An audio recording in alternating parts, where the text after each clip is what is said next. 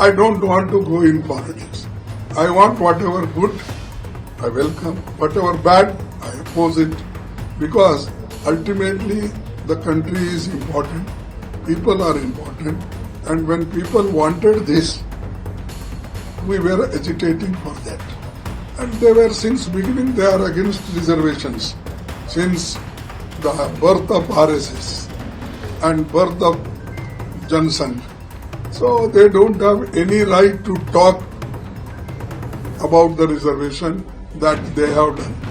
All people, all opposition parties pressurized, and we agitated throughout the country, and Rahul Gandhi took a lead in this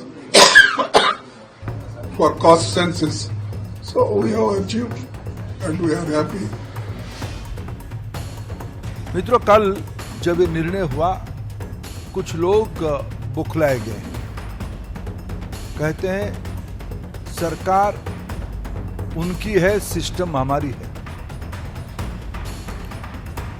मैं जब बात आ ही गई तो थोड़ा पूरी बात खुल के चर्चा करनी ही चाहिए। देश उसको, उस सच्चाई को जाननी ही चाहिए। 51 में सरकार किसकी थी, सिस्टम किसकी थी? 31 में 1931 में आखिरी जातिगत जनगणना हुई थी। 41 में देश आजाद नहीं हुआ था, उस हुकूमत ने उसको नहीं किया। लेकिन 51 में सिस्टम और सरकार किसके हाथ में थी? स्वर्गीय पंडित जवाहरलाल नेहरू जी ने कि मत ये जग जाहिर था। अगर बाबा साहेब और बापू ना होते, सामाजिक संवेदनता का कोई विषय नहीं होता उनकी मन में, संविधान सभा की परामर्श नहीं होता, तब देश में आज आरक्षण नहीं होता। क्यों? पहला प्रधानमंत्री पंडित नेहरू जी जातिगत आरक्षण के कट्टर विरोधी थे। ये विरोध केवल बयानों में सीमित नहीं था। उन्होंने उन दिनों में राज्यों के मुख्यमंत्री को पत्र लिख के कहा था, गुणवत्ता घट जाएगी अगर जाति आधारित अवसर मिलेगा। सिस्टम किसके हाथ में था? काका कालेलकर कमेटी की रिपोर्ट को लंबे समय तक या बिल्कुल सामने नहीं ले आने का निर्णय किसने किया? तब भी जो फास्ट फैमिली आज घमंड से भरा हुआ अहंकार की बात कहता है, उन्हीं के हाथ में सिस्टम था। उनकी दादी तब की प्रधानमंत्री स्वर्गीय इंदिरा गांधी जी के हाथ में कमान थी। जनता पार्टी सरकार ने 77 में मंडल कमीशन बिठाई, फिर एक बार सामाजिक न्याय को पटरी पे लाने के लिए। तब भी जनसंघ भारतीय जनता पार्टी के पूर्व रूप की हिस्सेदारी जनता पार्टी में था। हमारे नेता अटल बिहारी वाजपेयी जी, श्री लालकृष्ण आडवाणी जी तब भी उस सरकार के हिस्सा थे। उस मंडल कमीशन की रिपोर्ट को 10 साल तक काल कोठरी में बंद रखने का काम किसने किया? सिस्टम किसके हाथ में था? सरकार किसकी थी? कांग्रेस पार्टी की। जब बीपी सिंह जी के नेतृत्व की सरकार मंडल कमीशन को लागू किया, तब भी भारतीय जनता पार्टी उस सरकार की समर्थक रही। हमारी समर्थन से सरकार बनी थी, हमारी सुझाव से मंडल कमीशन लागू हुआ। और ये देश भूला नहीं है। मैं आप सभी को अनुरोध करूंगा, आप सभी के आर्काइव्स में जाके एक बार देख ले। उस समय की प्रधानमंत्री श्री राजीव गांधी जी की, पूर्व प्रधानमंत्री नेता प्रतिपक्ष श्री राजीव गांधी जी की क्या बयान था। लंबे समय पानी पी पी के उन्होंने ओबीसी रिजर्वेशन के खिलाफ भाषण दिए हैं। सिस्टम किसके हाथ में था? प्रधानमंत्री नरेंद्र मोदी एक सामान्य वंचित परिवार से, पिछड़े परिवार से आते हैं। कांग्रेस पार्टी की ऊपर से नीचे तक इतनी कुंठा है उनकी नेतृत्व के प्रति, यानी देश की जनता ने उनको 3 बार जिताने के उपरांत, आशीर्वाद करने के उपरांत क्या शब्द लगाया जाता है? ये पाखंड और घमंड की ही परिचय है। और उनके साथ उनकी हां में हां मिलाने के लिए कुछ लोग कहते हैं कि हमने भी सोचा था, हमने पानी पिलाएंगे आगे भी। जिनकी सामाजिक न्याय अपने परिवार न्याय तक सीमित है, उनसे और हम क्या अपेक्षा करेंगे। मित्रों, कांग्रेस पार्टी सदैव देश की वंचित वर्ग, देश की आदिवासी, देश की दलित, देश की पिछड़ों के खिलाफ रही है। इसीलिए उनकी खोखलापन आज ध्यान में आ रही। जातीय जनगणना को भी इंक्लूड किया जाएगा। हालांकि ये केवल घोषणा है। 21 में सेंसस होना था, कब होगा ये किसी को नहीं पता है, लेकिन जो परिसीमन है उससे पहले जो है सेंसस कराना होता है। तो उम्मीद है कि ये परिसीमन से पहले ये सेंसस कराएंगे और सेंसस में जातीय जनगणना का भी एक कॉलम जो है जात का भी होगा। जो लोग हम लोगों पे आरोप लगाते थे, जातिवादी लोग हैं, जात पात फैलाता है, आज उन सभी के मुंह पर जो है तगड़ा तमाचा जो है लगा है।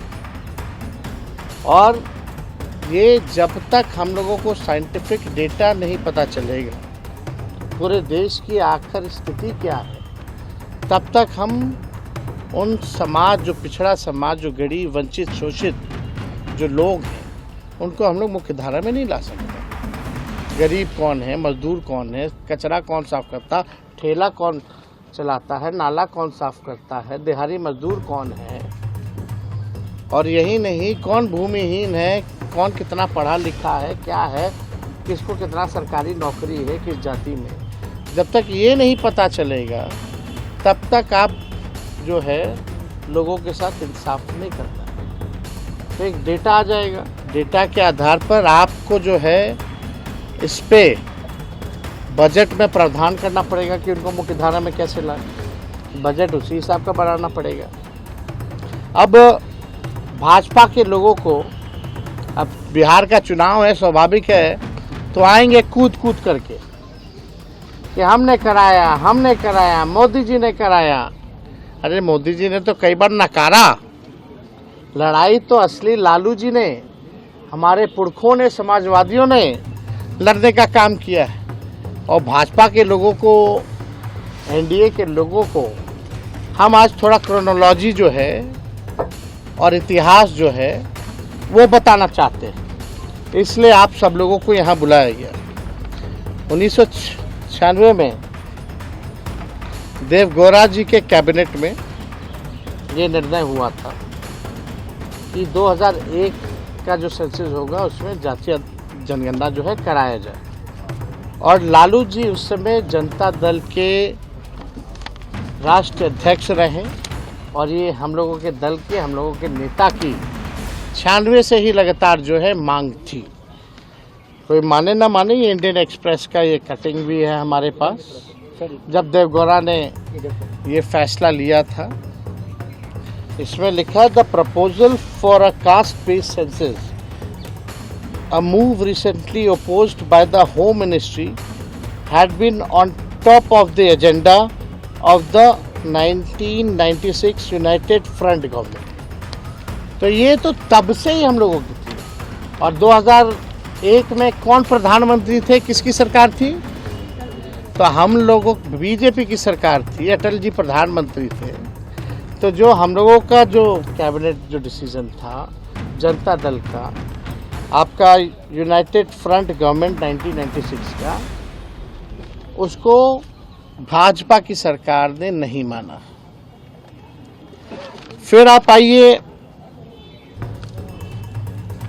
देखिएगा, 26 जुलाई 2015 को लालू जी ने राजभवन मार्च भी किया था। और लगातार 2016 से हम लोग 17 हो, 18 हो, 19 हो, लगातार जो है जाति आधारित गणना की जो है मांग हम लोगों ने की। ये उस समय लालू जी का भी ट्वीट है 2015 का, ये भी पढ़ दे। मोदी यूएन जाकर मेरे खिलाफ पिटीशन दे, लेकिन मैं गरीबों की लड़ाई लड़ते लड़ते आरक्षण बढ़वाकर जातीय जनगणना के आंकड़े प्रकाशित करवाकर ही दम लूंगा। ये 29 सितंबर 2015 का उनका ट्वीट है।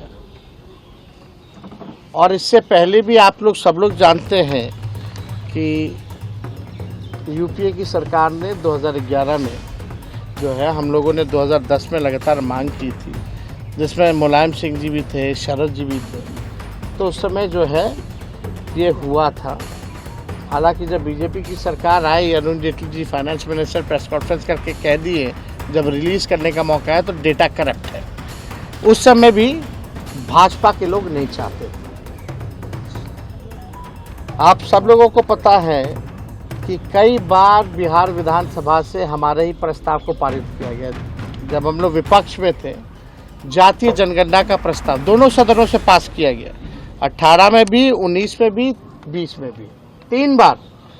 और हमारे सुझाव पर ही पहली बार बिहार में सर्वदलीय प्रतिनिधि मंडल 23 अगस्त को प्रधानमंत्री जी से नई दिल्ली मिला। मुख्यमंत्री जी भी थे साथ में। मेरा ही 2 प्रस्ताव था, सब लोग चलिए प्रधानमंत्री जी से मिले। जब इन लोगों ने केंद्र पार्लियामेंट में केंद्र मंत्री ने मना कर दिया था कि जातीय जनगणना नहीं कराएंगे, तब हम लोग प्रस्ताव रखे थे, तब हम लोग सब लोग को लेकर के गए थे दिल्ली। और उससे पहले 3 बार तो हम लोग दोनों हाउसों में, लेजिस्लेटिव असेंबली में भी और लेजिस्लेटिव काउंसिल में भी, हम लोगों ने 3 बार सर्वदलीय प्रस्ताव जो है पारित किए करके भेजा था।